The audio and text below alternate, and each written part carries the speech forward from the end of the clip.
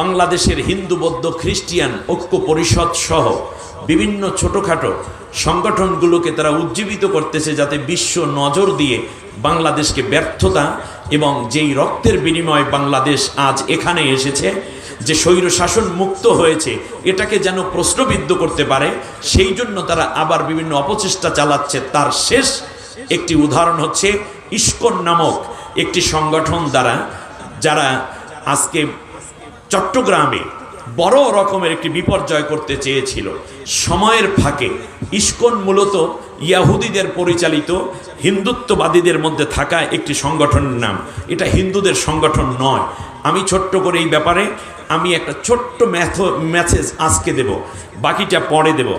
ISKCON, international society for Krishna consciousness, যার শাব্দিক মানে বিস্তারিত অর্থ 1966 সালের 13ই জুলাই যুক্তরাষ্ট্রের নিউ ইয়র্কে একজন হিন্দু এই ইসকন প্রতিষ্ঠা করেন, যার নাম অভয়ারণ্য চরণবৃন্দ ভক্তি বেদান্ত স্বামী প্রপাদ। মূলত এই ব্যক্তিটি হিন্দু না, ইনি ছিলেন হচ্ছে একজন ইয়াহুদি। মূলত পরবর্তী তিনি ইহুদিদের সাথেই কাজ করেছেন। মজার ব্যাপার হচ্ছে এই অভয় করুণাবৃন্দ ইহুদি ধর্মের দ্বারা পরিচালিত প্রভাবিত ছিলেন। ইসকন ইহুদিদের পরিচালিত হিন্দু সংগঠন, অর্থাৎ সংগঠনটা ইহুদিদেরই। সালাইকারা হিন্দুরা, আপনাদের বুঝতে হবে। আমি খুব সংক্ষেপে এই কথাগুলো আজকে রাখছি, এই জন্য রাত বেশি হয়ে গেলে যারা সংবাদ নিচ্ছেন তারা হয়তো পরবর্তীতে মূল কথাটা পাবেন না। এই জন্য আপনাদের কভারেজ দেয়া যেন সহজ হয়। বিভিন্ন মিডিয়া এটাকে লাইভ করছেন, দেখার সুযোগ হয়। জয়াদৈত্য স্বামীর আসল নাম হইল যে ইসরাইল। আপনাদের জানা থাকার কথা, যে ইসরাইল মানে হচ্ছে সে মূলত জয়াদত্ত নাম দিয়েছে হিন্দুত্ববাদের একজন পরিচয় করানোর জন্য। আসলে তার নাম হচ্ছে যে ইসরাইল। জন্ম যুক্তরাষ্ট্রের নিউ জার্সি একটি রাজ্যে ইহুদি পরিবারে। ইসকন পরিচালনা ও নীতি নির্ধারণের আরেকজন হলো রাজনাথ স্বামী। তার আসল নাম হচ্ছে রিচার্ড স্লাভিন। নাম দেশে রাজনাথ স্বামী, মনে হয় যেন হিন্দুদের নাম। হিন্দু ভাইদেরকে বলি, তোমরা যে ইসকন করেছো এটা তোমাদের কিছু নয়, এটা ইহুদিদের টাকায় এবং ইহুদিদের পরিচালনায় মেকানিজমে চলছে। তোমাদেরকে দিয়ে এই দুনিয়ার মধ্যে হত্যা যজ্ঞ চালিয়ে একটি চূড়ান্ত তোমাদের নগ্নতাকে প্রকাশ করার জন্য তোমাদেরকে ব্যবহার করা হচ্ছে। তার নাম ছিল রিচার্ড স্লাভিন, বর্তমান নাম দেয়া হচ্ছে রাজনাথ স্বামী। যেমন স্বামী বিবেকানন্দ হিন্দু ছিলেন, ঠিক ওই রকম স্বামী। আসলে তিনি এই স্বামী না, এটা পরকীয়া স্বামী, আসছে ইহুদি থেকে, ঠিক না বলেন? এরপরে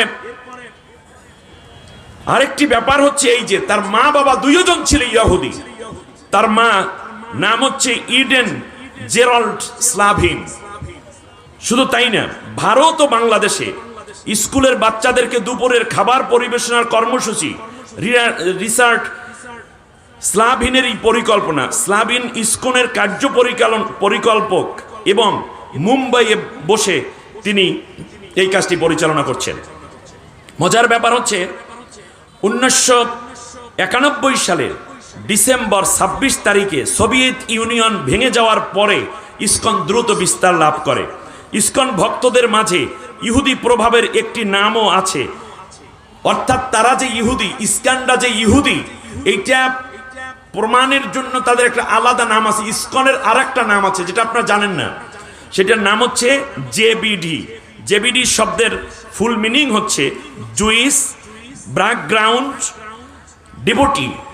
এর মানে হচ্ছে জুইস দ্বারা অর্থাৎ ইয়াহুদের দ্বারা পরিচালিত এমন একটি সংগঠন যা দিন দিন ইহুদিবাদকে অন্যের ভিতর প্রভাবিত করবে।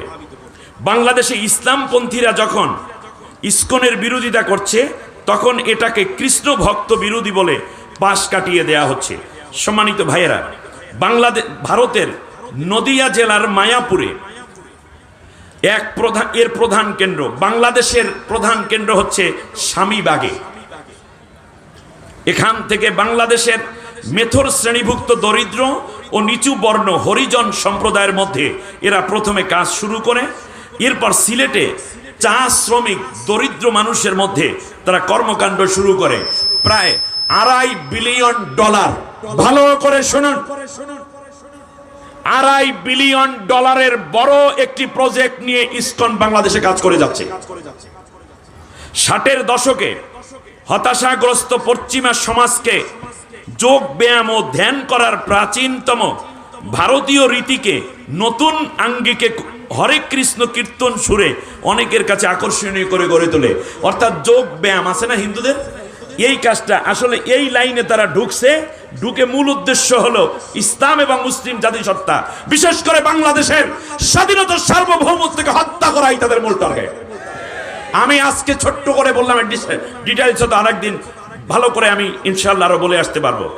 ভারতীয় কীর্তনের ধ্রুপদী সুরের সাথে পশ্চিমা ঘরানার জনপ্রিয় সঙ্গীতের তাল লয় সুর সংযুক্ত করে হরে কৃষ্ণ কীর্তনগুলোকে দারুণ প্রশ্রুতি মধুর করে তোলে এরা। 60-এর দশকের পশ্চিমা দুনিয়ার সঙ্গীত জগতের কিংবদন্তির সাহায্য নিয়ে অভয় করুণাবিন্দ সাহেব বিটন খ্যাত জর্জ হ্যারিসনের সুপারহিট অ্যালবাম হচ্ছে মাই সুইট লর্ড এবং জন লেননের গিভ পিস আ চান্স, যে দুইটা ইংলিশ গান ছিল, এর সাথে রিলিক্স করে মূলত তারা কৃষ্ণ কৃষ্ণ হরে হরে, হরে কৃষ্ণ হরে হরে এই শব্দগুলো দিয়ে মানুষের আকর্ষণীয় করে। কিন্তু মজার ব্যাপার হচ্ছে এই যে ইউরোপে তারা যখন কাজ করে তখন ইয়াংরা খুব বেশি ঝুঁকে পড়ে, কিন্তু ইস্কানের অপকর্মগুলোকে ইউরোপীয় ইউনিয়ন পরবর্তীতে প্রত্যাখ্যান করে শুধু নয়, বরং নিউ ইয়র্কের মার্কিন ফেডারেল কোর্টের কয়েকটি আলোচিত মামলা, তার মধ্যে ইসকনের বিরুদ্ধে ছিল 17টা মামলা। এবার শুনেন, 1976 সালে নিউ ইয়র্কের supreme court people VS Murphy, যেটা অর্থাৎ জনগণ বনাম মার্ফি, দুজন মার্কিন নাগরিকের অভিযোগ করে বলেন, দুইজন মার্কিন নাগরিক অভিযোগ করে বলেন যে ইসকন হচ্ছে কোমলমতি শিশুদের ব্রেইন ওয়াশ করে, ধর্মান্তরিত করে এবং পরিবার থেকে আলাদা করে ফেলে। এই অভিযোগ তারা করে 1976 সালে ইসকনের বিরুদ্ধে। 1987 সালে আরেকটি মামলায় ইসকন নেতা কীর্তানন্দের বিরুদ্ধে মার্কিন আদালতে হত্যা মামলার চার্জ গঠন করে। এর মানে ইউরোপীয় ইউনিয়নে আমেরিকায় গিয়েও ইসকনের সদস্যরা মানুষ হত্যা করেছে। এবার শুনুন, তাকে 20 বছর কারাদণ্ড দেয়া হয়। শুধু তাই না, মামলার অভিযোগে বলা হয় আসামি তার সঙ্গী সাথীদের নিয়ে বিরাট এক অপরাধী গ্যাং গড়ে তুলেছে। অপরাধ, এই যে বিভিন্ন গ্যাং তোলা হয়েছে, ইসকনের হাতে পাবেন অনেক আধুনিক অত্যাধুনিক অস্ত্র এবং লেটেস্ট বিভিন্ন প্রশিক্ষণ। ভালো করে বুঝুন, আমার দেশের সেনাবাহিনী বিব্রত হয়েছে, পুলিশের গায়ে অ্যাসিড নিক্ষেপ করা হয়েছে। অ্যাসিড টেসিড আসল বিষয় নয়, তাদের তদারকি করা দরকার, আয় ব্যয়ের হিসাব করা দরকার, তারা কোন কোন রাষ্ট্রের সাথে সংযুক্ত সেটা দেখা দরকার। বাংলাদেশের স্বাধীনতা সার্বভৌমত্বের জন্য বড় হুমকি হতে পারে এই ইসকন, আর তাকে লেলিয়ে দেবে পতিত পালিয়ে যাওয়া এই স্বৈরশাসক। আর ইসকনকে সুরসুরি দিয়ে জাগাইয়ে তুলবে দাদারা। আমি বড় শঙ্কিত, আমি আপনাদের সতর্ক করার জন্য এ কথাগুলো বলছি। সম্মানিত ভাইয়েরা, এতে করে তারা যেই একটি গ্যাং তৈরি করে ইয়াংদেরকে দিয়ে, তার নাম দেয় র্যাকে টার্নিং। সংগঠনের নাম কি ছিল? Rack turning. এতে অপরাধী কীর্তনাথ 8 বছর জেল খাটে, তার 500 ভক্তকে প্রতারণার দায়ে অভিযুক্ত করা হয়। এছাড়াও ইসকন 70 এবং 80 দশকে শিশু নির্যাতন এবং শিশু বলৎকারের একাধিক মামলায় টার্লি কেস, যা সারা দুনিয়ায় হইচই ফেলে দেয়। অর্থাৎ টার্লি কেস মানেই হচ্ছে শিশু ধর্ষণ এবং শিশুদের নৈতিক বিকৃতি ঘটানো। এই মামলাটার নাম কি বলে? টার্লি কেস। এটা হয়েছে আমেরিকার আদালতে। 2004 সালে ওই মামলার নিষ্পত্তি হয়।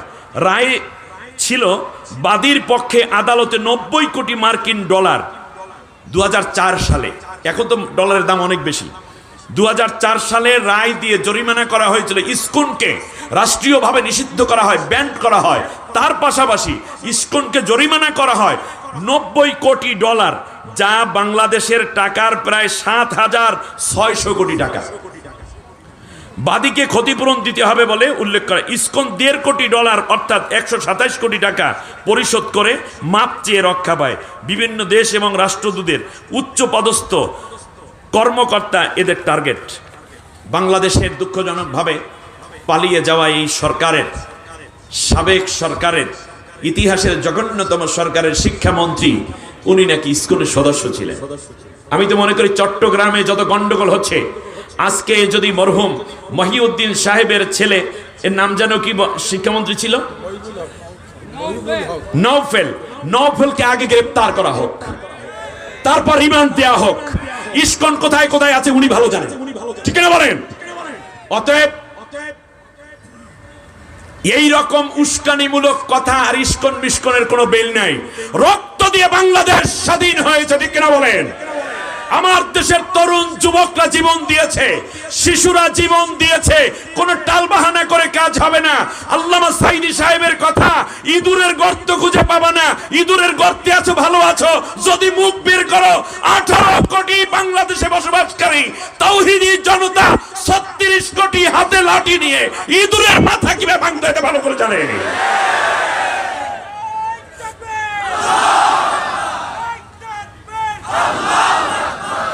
আল্লাহ সুবহানাহু ওয়া তাআলা বাংলাদেশকে হেফাজত করেছেন, সামনে হেফাজত করবেন।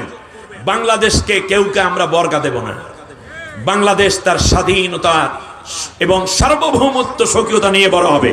আমি এই ফাঁকে শুধুমাত্র অন্তর্বর্তীকালীন সরকারের কাছে একটি আবেদন করব, তা হচ্ছে যেই পতিত সরকার পালিয়ে গেল, ছাত্র সংগঠনকে নিষিদ্ধ করেছেন, মোটামুটি একটা ভালো কাজ হয়েছে।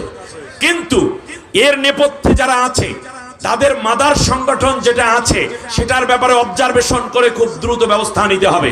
কিন্তু দুঃখজনকভাবে সেই দিন দেখলাম সাবেক পররাষ্ট্রমন্ত্রী এবং একসময় তথ্যমন্ত্রী ছিলেন, তিনি লন্ডন থেকে লাইভ করতেছেন এবং প্রোগ্রাম, এই সাংবাদিকদের প্রশ্নের জবাব দিয়ে বলছেন বিএনপির সাথে নাকি ওনারা ঐক্যবদ্ধভাবে রাজনীতি করবে, বাংলাদেশে গণতন্ত্র পুনরুদ্ধারের আন্দোলনে ওনারা থাকবে।